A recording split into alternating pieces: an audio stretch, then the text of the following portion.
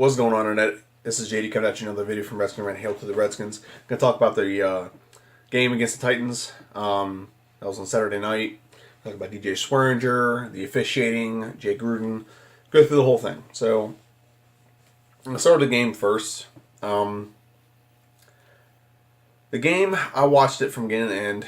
We looked pretty decent for most of the game. Defense actually looked like it showed up. Defense looked like it showed up. Defense looked like it was ready to play. And the offense actually didn't do bad. We had a lot of rushing yards from Adrian Peterson. Josh Jackson, for the most part, until like the last 10 minutes, did really well. So I can't say too much about the team. Some things here and there we could tweak, but we could have easily won this game. Here's what I want to talk about. I'll get back to the game a little bit. Just DJ Swearinger got cut by the Redskins. And I said this the next day whenever he got cut. The day he got cut, I said this. I said he probably has had issues in the locker room all season. Redskins do a good job keeping stuff in-house, so the media never knew about it.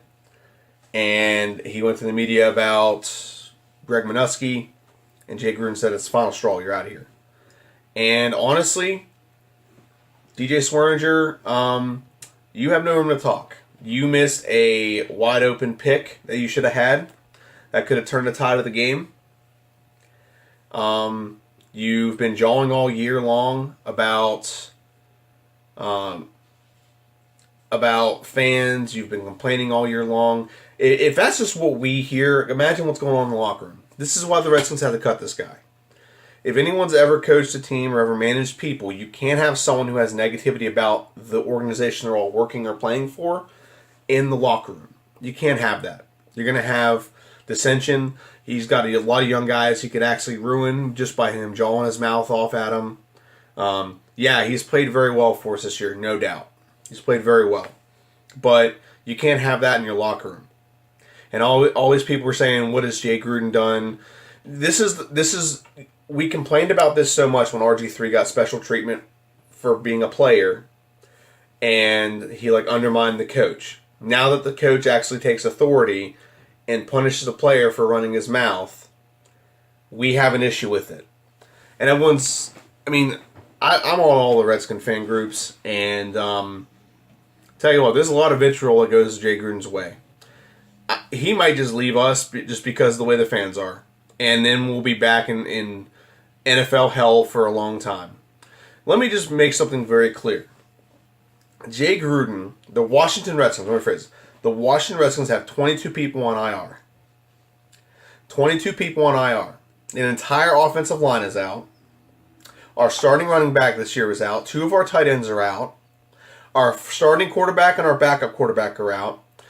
We barely got beat by a mostly healthy NFL team, the Tennessee Titans. We barely got beat. The pick six at the end, those points won't count to me. We lost by 3, in my opinion, the way I feel. We lost by 3 points. Okay?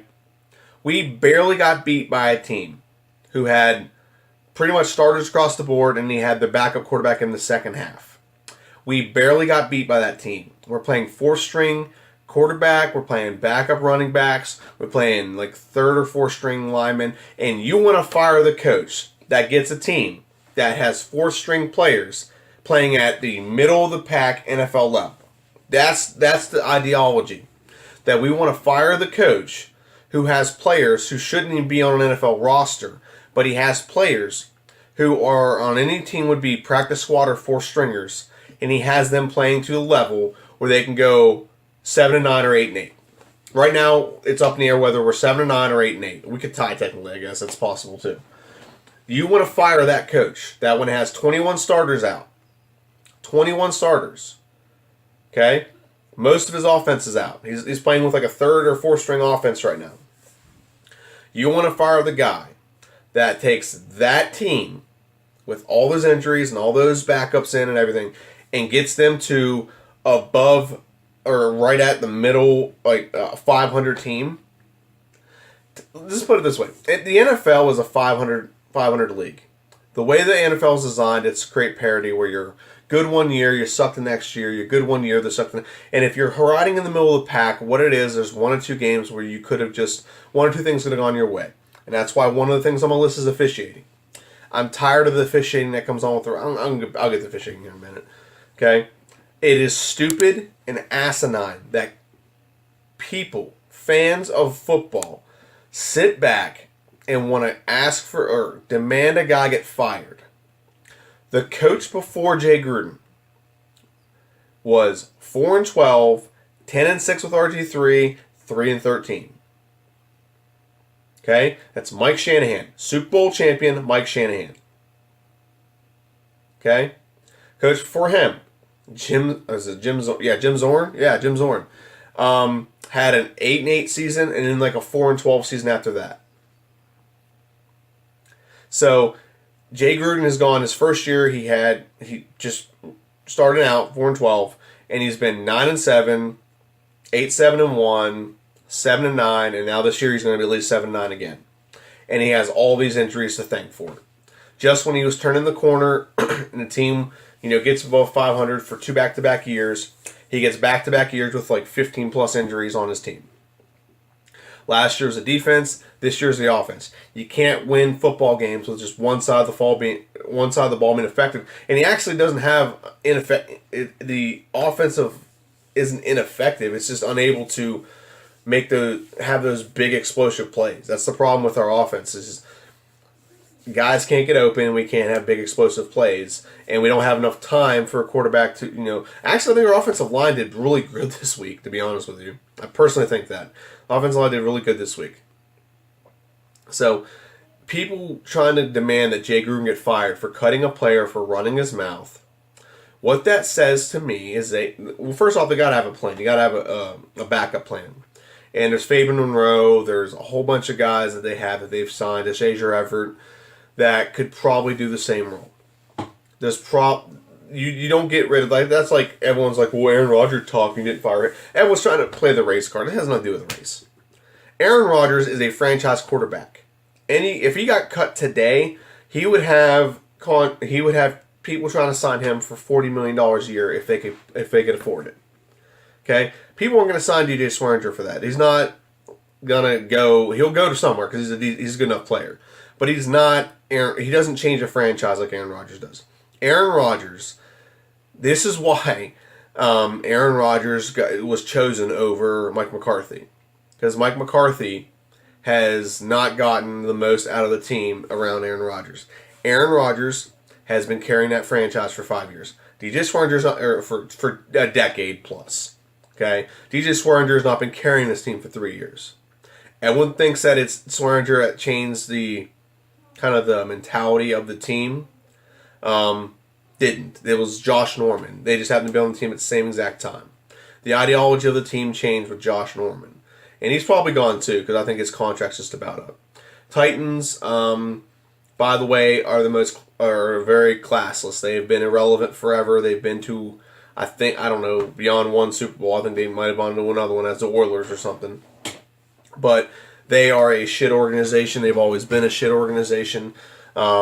At least the Redskins have 3-5 with Super Bowls, and before the Super Bowl era, we were very, very good as well. We've been a dominant team. We just have a bad owner right now. And the classlessness of the Titans to come over our sideline after the game and want to rub stuff in people's faces, it's just ridiculous. I hope we get them next year. I really do. I hope we get them next year and we can, stick their dick in the dirt and really ram it down their throats. I really do. Back to Jay Gruden. I live in Pittsburgh, Pennsylvania. I'm going to give an example of why we shouldn't get rid of Jay Gruden. Now, I've never liked Tomlin as a coach. My personal opinion. I think he's very reactionary. I don't think he anticipates things. I don't think he gets ahead of things. I think he's very reactionary. And people we're like, oh, he's such a good coach. No, a good coach gets ahead of that stuff. What's his name? Bill Belichick doesn't react to things. He anticipates things. He gets ahead of things. Okay? And I think Tomlin, though he did take over a good team from Bill Cowher, and they did got to 2 Super Bowls early when he was there. They haven't been a Super Bowl since 2011, and I don't like the Steelers one damn bit. You can ask my fiance; she's a big Steeler fan. I cheer against them every single time unless they're playing. I don't know, unless I'm at the game and I don't want to get killed, I guess. But I cheer against them every single time. The Pittsburgh Steelers have underachieved since 2011. They have underachieved. They've had, I don't believe he's elite, but they've had a solid quarterback in Ben Roethlisberger. He's a Hall of Famer. He's a good quarterback. They've had Antonio Brown. They've had a slew of second receivers come in and out of there. Eli Rogers. You had Juju Smith-Schuster, Martavis Bryant. You've had good running backs. You've had Le'Veon Bell the last few years. You've had James Conner, or whatever his name is. Yeah, Conner. I think it's Conner. The Axel Samuels didn't do bad this week. This last couple weeks. I have him on fantasy, actually. So there's a lot of... And the defense hasn't been great, but it hasn't been horrible either. And Tomlin's actually a defensive-minded coach. That's even more of an indictment against him. And this team has not made a Super Bowl since 2011. And they are the most offensively talented team in the NFL. They have a good offensive line. Good tight ends. They've had solid tight ends in tight end. They have Vance McDonald, Jesse James, Heath Miller. I think wasn't it? Yeah, Heath Miller. So they've had solid weapons. And that team is solid when it comes top to bottom with quarterback, receiving weapons, running back. Even their backup running backs do solid and get over 1,000 yards rushing. Okay, I think Connor's been out like 3 or 4 games. Or James Conner. And he's like, I think it was like 70 yards short of 1,000 yards this year, and he hasn't even played every game. That team is 8-6-1, and we're 7-9. This is why you don't get rid of Jay Gruden. You swap those two coaches, Jay Gruden's going to be 12-4 easily with that team. 12-3 right now with that team. He wouldn't have lost to the Browns. The offense would be more explosive than it already is. And he makes something out of nothing. He makes something. He takes injuries. He doesn't turn them into an excuse. He turns them into a virtue and say, hey, we got to just play better. And look what happened last year. We had that happen a lot, and we had a lot of defensive players got a lot better because of the playing time they got last year. This year, I mean, sounds like the same thing's going to happen. You don't fire a coach. And I don't think Tomlin needs to be fired because maybe by the standard of the Pittsburgh Steelers, because they have been a Super Bowl in a long time, and they have been a good team, maybe you should fire him because of that. But I wouldn't say he's a horrible coach. I just personally think he's very reactionary. He doesn't get ahead of things. He reacts to players doing stupid things. I'm going to up a little bit. There we go. He reacts to players doing stupid things rather than, getting ahead of them. I think he's too much of a player's coach. Things like that. But back to Jay Gruden. That's why I don't get rid of Jay Gruden. You have a team that's way more talented than our team. And we're only 1 game worse than them. We've lost 1 more game than them. They've won 1 more game than us, and they have way more talent than us. Okay? That's why you don't get rid of Jay Gruden. When you compare the talent level of both these two coaches, one coach is 7-9 did start the season with a good quarterback, didn't have a good backup quarterback, had to go to Mark Sanchez, now we're on a 4-string quarterback. Don't have a healthy offensive line. Lost our starting running back just like them. We actually had a decent defense. Their defense isn't horrible, okay? It's all these things, and we're still 1 game worse than the Steelers. I'm sorry, the Steelers are a much better football team than the Redskins, and they're underachieving while we're overachieving based on. Well, if you watch the Junkies, I watch the Junkies. I listen to Junkies every day. A lot of guys anticipated us being like 4-12 or 6-10, and we're at 7-8, and we would have been higher than that if it wasn't for all these injuries. We were 5-2, projected out 5-2. We would have ended up being 10-4, and we probably been about 11-5 with no injuries. But when injury bug hit us, it spread like the plague. I swear. So that's why I don't think Jay Gruden needs to be fired. It's just stupid to keep. Also, you got to think about this. This is what people aren't understanding is because Alex Smith is injured. Now he could come back next year. I don't know. I don't think he is, but let's say he doesn't come back. We owe him like $24 million. Okay? Now everyone's like, oh, that's just stupid to sign a quarterback to that much. No, it's not. You would have done the same thing with Kirk Cousins, and nothing says that Kirk Cousins wouldn't have broke his leg either. Okay? The problem we're having is we have a situation where we got $24 million off our salary cap, and we don't even have the player that we're paying that money to. So what we end up doing, and we end up having, is we're going to have less money to work with than we would have normally had. And what coach is going to want to take on that? What coach is going to take on having $24 million less? Not a good coach. You might get lucky and get one of those college coaches that want to come up, but no one's going to come up on that risk. We don't even have a quarterback, not a solid franchise quarterback with Alex Smith being out. We don't have a franchise running back. We don't have weapons. We have dissension amongst the defense. With all that stuff, how are we going to get a coach? It has to be an offensive coach. I watched First Take, and Lewis Riddick broke down very well on why you get an offensive-minded coach. If you get a defensive-minded coach and your offense has success, other teams, take away your offensive coordinator because they hire him. And you lose your offense coordinator, so you got to constantly keep cycling through offense coordinator, so you never have cohesion on your offense. It's better to do that have an offensive-minded coach, because with defense is just about assignments and responsibility. Offense is about strategy and putting people in the right places, things like that. Defense is just about scheme and how you're going to cover and things like that. And as long as everyone knows the rotations, you're going to be fine. Offense isn't like that. Offense, you actually have to scheme against and project what the defense is going to do and how you're going to do that and things like that. So I don't think getting rid of Jay Gruden is going to solve an issue that people think we're having. I don't think we have an issue. I think we have a great coach. I think it's a solid coach. Our team's competitive every week. The team gets, except for the Giants game this year. Our team's competitive every week. They get after it. They have heart. They have soul. They believe in what we did. We played our hearts out, and you're gonna say they play their hearts out, and Jay Gruden doesn't have the locker room. Now, if they come out this week and bomb it and get destroyed by Nick Foles and the Eagles, we could have a different conversation on next Monday. But as of right now, I don't see how you can think that Jay Gruden is an issue if that's the case. He's not the problem with the team. Now, where I do think we need to make some changes is front office. I don't like Bruce Allen. I don't think we've drafted horribly the last few years. John Payne, Tim Settle, Josh Dotson. I mean, we've had a bunch of players. Redskins schedule. I'm looking at the schedule, see for my next topic I gotta talk about real quick. Okay, there we go. We haven't drafted horribly. Geis was a good pickup. It just happened to get injured, and everyone just wants to fucking bitch and complain, and it's getting on my nerves how much people want to bitch and complain. That's all there is to it.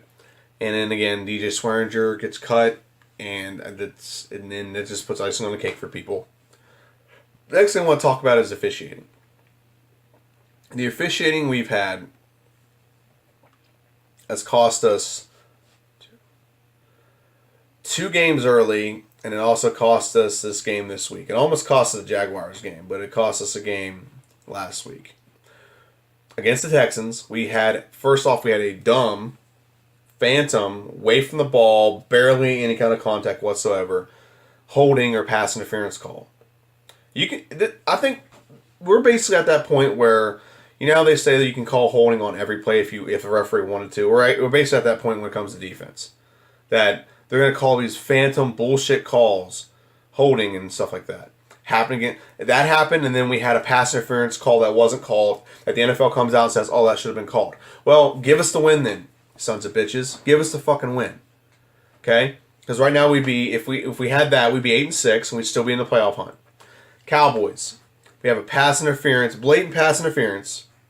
Well, first off, they call us for one, which sustains a drive for the Cowboys.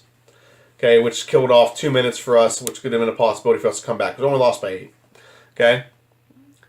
We had a blatant pass interference on us that resulted in an interception when we were in scoring area in the red zone. And we had a targeting that was not called. All in the same play. All in the same game. Now, here's the issue with a lot of officiating. People are like, well, officiating's bad all around. It's when the officiating happens. If you get called for a bad pass interference call, you miss it in the first quarter. There's time to make that up. You can't make that up when there's 2 minutes left in the game. It's really hard to make up those calls, especially when they cost you an entire series or sustain the other team's series and gives them another 2 minutes and a field goal to put on the clock. Okay? And then this week, our defense does a great job.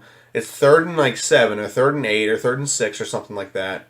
We do a great job, and they call some kind of bullshit holding call, which I watched the film. The referee's explanation was it was before the pass. The penalty it was an uncatchable ball. First off, like penalty was for the pass. I'm like, no, it wasn't, because the ball hit the ground and the guy threw the flag, so it wasn't before the pass. Bullshit call, bullshit fucking call.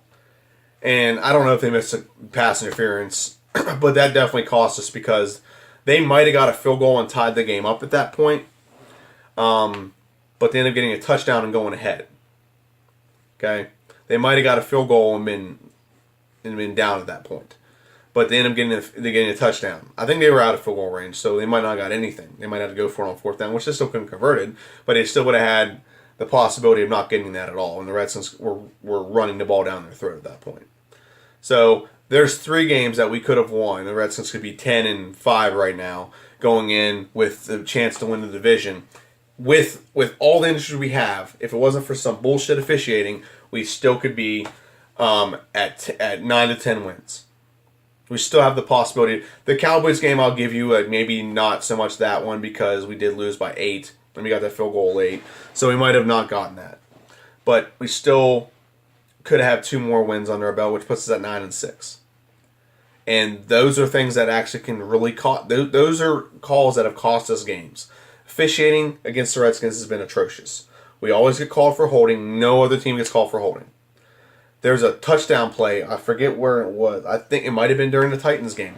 There's a blatant hold that guy has. No, it wasn't against them. Who was it against? It might have been the Cowboys. Might have been against the Cowboys. I don't remember which one it was. I'm trying to. I don't remember which one it was off the top of my head. I'm not going to go back and look at all the game film right now just to tell you which one it was. There was one, it was a blatant holding call because I think it was like a quarterback scramble or something that ended up resulting in them getting a 1st down or something like that. And the referee just doesn't call it. But they'll call Trent Williams, the guy goes by him and he just falls on him. And that's a hold apparently. Never heard of that until the last 2 years. My second favorite team is the Chiefs. 2 years ago, it was against the Steelers, and 2-point conversion. The guy undercut, went underneath like the guy stood up, and he went underneath the guy, and the lineman for the Chiefs fell on him, and that's apparently a hold. I've never heard of that in my life. That's just offensive strategy. You're not holding him; you fell on him. There's a complete difference in the two. But I digress. The officiating has been atrocious this year, and they need to fix something about it. Okay? Really, that's all I wanted to talk about. I don't want to talk too much about the game. Adrian Peterson hit 1,000 yards. Congratulations to him. I didn't think Josh Jackson played a bad game. The last interception he threw, and actually, I'll go back for a second.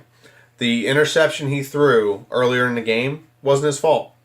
That was all on Josh Dawson. He stopped dead in his tracks and did not finish his route. That was not on Josh. That was not on Josh. Now, honestly, Josh Johnson should have Johnson.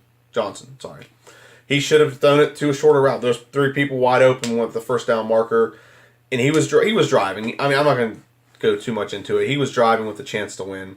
So, but that Josh Dawson just stopped.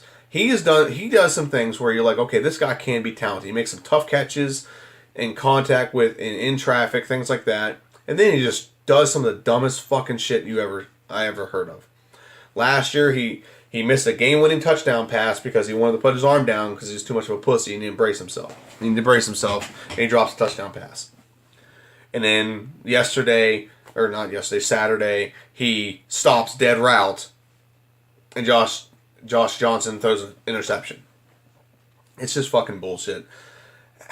And that's not coaching. And everyone's going to be like, oh, the coach lost the game. That's not coaching if the guy stops in the middle of a route. But he should have gone elsewhere with it, Josh. But if a guy stops dead in his tracks and he throws it where he's supposed to be and ends up going into some guy's hands, that's a game. I mean, that's just what it is. And I mean, he did put us in a situation where we could have still won that game. Sorry, my phone went off. What else I want to talk about?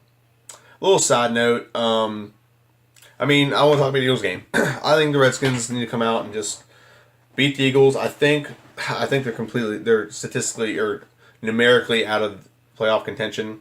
They can play spoiler. I mean, it's one of two things. Either the Eagles are going to beat us and go to the playoffs, or the Vikings are going to win and go to the playoffs. And Kirk Cousins goes to the playoffs.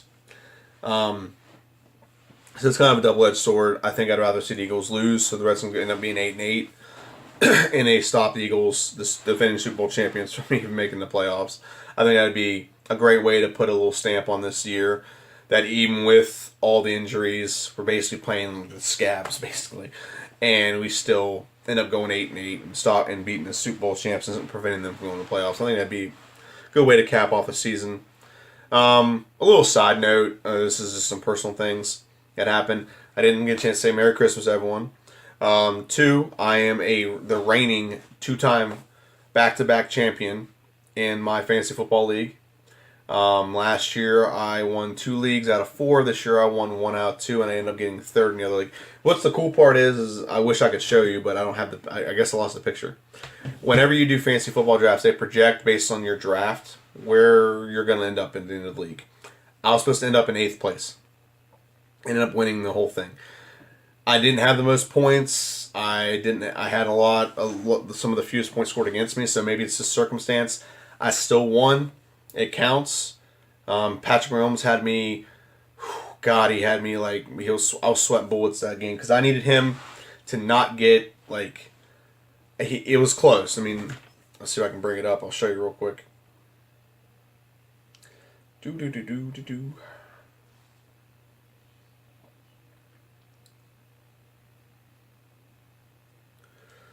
There you go, League Champ. I don't think you can see it. League Champ. Sponsored by KFC, which I love KFC, so that makes sense. KFC. Let's see if I can see my championship. So, yeah, that's my team. You can't see it, sorry. Let's see if I can darken it. Yeah, there we go. I don't know if you can read that or not. I won 158-48.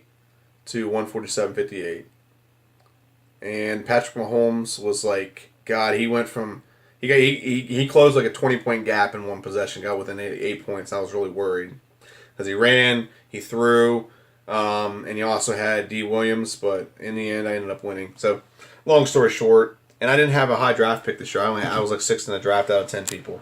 So, won with fantasy football back to back, first time, 2-time winner, and I did it back to back.